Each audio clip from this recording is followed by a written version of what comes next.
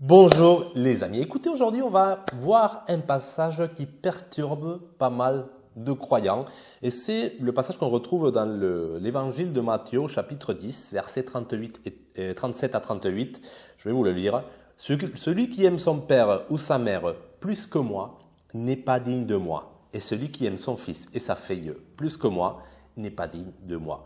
Celui qui ne prend pas sa croix et ne me suit pas n'est pas digne de moi. Ce passage mène à beaucoup de croyants dans une souffrance énorme, au point même des fois de quitter leur famille pour suivre ce qu'ils croient être le chemin du Christ.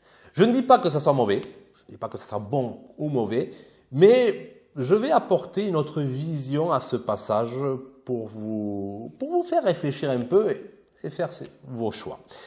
En gros, moi je pense que dans la Bible, il y a tout pour nous justifier et tout pour nous accuser. Et des fois, des passages différents, des fois, un même passage peut être interprété par quelqu'un pour se nettoyer et pour une autre personne pour salir par rapport à un même geste. C'est ce qu'on voit un peu lorsque Jésus va au désert et il est tenté par le diable. Qu'est-ce qui se passe? Mais il y a un affrontement de passages bibliques, des passages qui sont utilisés pour accuser et des passages que Jésus utilise pour se nettoyer. Donc, qu'est-ce que c'est? On pourrait se dire que ce diable et Jésus, c'est la même personne avec sa dualité. On a une main gauche, une main droite, on veut des fois choisir le chemin de gauche, le chemin de droite, mais on oublie que nous sommes le même. Nous sommes des êtres symétriques qui ont la gauche et la droite et qu'on a ce côté un peu en nous accusateur et ce côté qui est défenseur. Donc on peut s'accuser et en même temps nous défendre en même temps. Nous avons cette capacité. Donc ce passage peut mener à une réflexion profonde, mais si on suit ce passage, par exemple, on pourrait aussi, il y a des passages dans la Bible qui justement nous incitent à ne pas suivre ce passage. Je vais vous montrer, on va voir après exactement tout ça, mais par exemple, si on prend en compte qu'il ne faut pas divorcer de sa femme, que ce que Dieu a uni, que l'homme ne le sépare pas, mais du coup, tu ne vas pas quitter ta femme, divorcer de ta femme ou l'abandonner, parce qu'abandonner sa femme, même si tu restes marié, c'est une forme de divorce, d'abandon. Donc, tu ne vas pas divorcer pour suivre quelque chose d'autre. Parce que tu suis une autre passion, mais c'est comme si tu trompais ta femme avec une passion, tout simplement. Donc, tu as divorcé. Donc, déjà, tu te condamnes par rapport à un autre passage. Et maintenant, il y a ce passage qui te condamne si tu ne divorces pas. Donc, tout est justifié, tout est injustifié d'une certaine façon.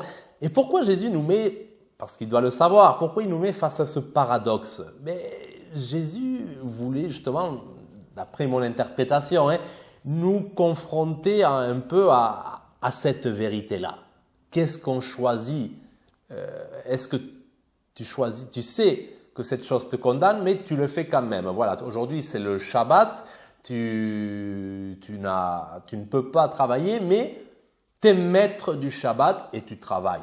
Tu peux quand même être tranquille dans ta conscience parce que tu fais ce que tu avais envie de faire. Tu as envie de quitter ta femme, tu la quittes parce que tu as envie. Mais tu as envie de ne pas la quitter, mais ne la quittes pas parce que tu as envie, ta conscience est en paix. Pouvoir être en paix alors qu'il y a un passage biblique qui t'accuse, mais tu sais qu'il y a un autre qui te défend. Ou tu sais que le même qui t'accuse, si tu le vois d'un certain point de vue, il te défend aussi. Donc, en quelque sorte aussi, ne pas suivre le Christ, ça serait exactement suivre le Christ. Pourquoi cette vision? Peut-être vous êtes en train de vous dire, mais qu'est-ce qu'il dit? Il est en train de tout, il n'a rien compris, il renverse tout, il est en pleine confusion. Ok, mais regardez une chose quand même. Quand je dis que ne pas suivre le Christ, ça peut être suivre le Christ. Il faut savoir que dans la Bible, on nous dit, Jésus même nous prévenait qu'il y aura des Christ, des faux Christ, ils vous diront qu'il est là-bas, qu'il est dans le désert, qu'il est dans cet endroit. N'y allez pas, n'allez pas. n'allez pas. Tu crois que le Christ est là-bas et tu quittes ta famille, n'y va pas. Le Christ est, le royaume des cieux est parmi vous. Le royaume des cieux est au milieu de vous, plus proche de ce que tu imagines. Ça peut être ta famille.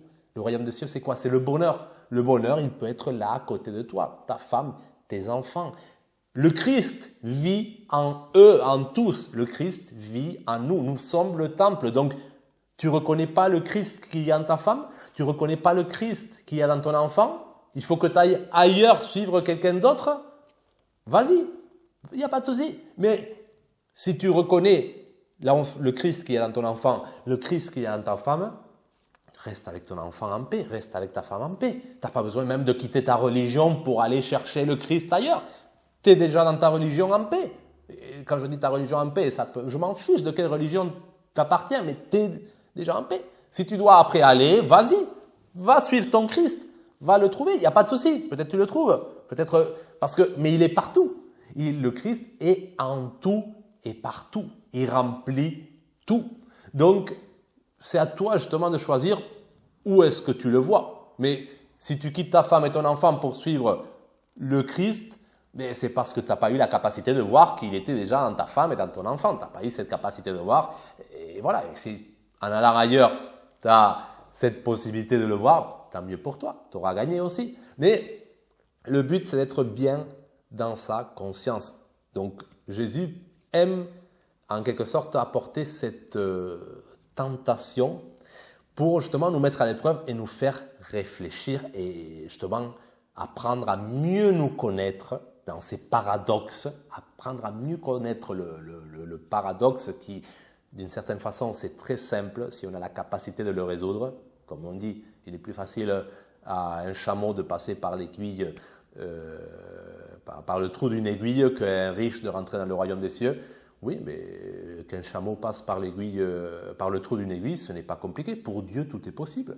Donc pour Dieu, il n'y a rien d'impossible. Donc non, c'est pas alors un riche, c'est très facile qu'il rentre au royaume des cieux. Il n'y a pas de souci. Donc ça dépend comment tu le vois. Si tu le vois avec une vision humaine, mortelle, cartésienne, oui, le chameau ne peut pas passer par le trou d'une aiguille. Si tu le vois avec une infinité de possibilités, oui, il y a une infinité de possibilités qu'un chameau passe par le trou d'une aiguille. Donc, il y a une infinité de possibilités qu'un riche accède au royaume des cieux.